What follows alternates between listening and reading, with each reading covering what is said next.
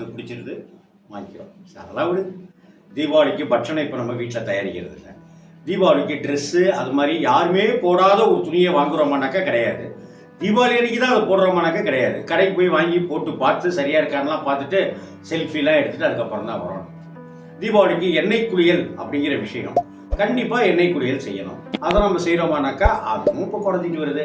எனக்கு ஆயில் பாத்தெல்லாம் ஒத்துக்காதுங்க அப்படின்னு சொல்கிறவங்கலாம் இருக்காங்க. இன்னைக்கு நிறைய பேருக்கு உடல் சூடு சம்மந்தப்பட்ட நோய் வரதுக்கு காரணமே எண்ணெய் குளியல்கிற அதிலிருந்து நம்ம விலகிட்டோம்.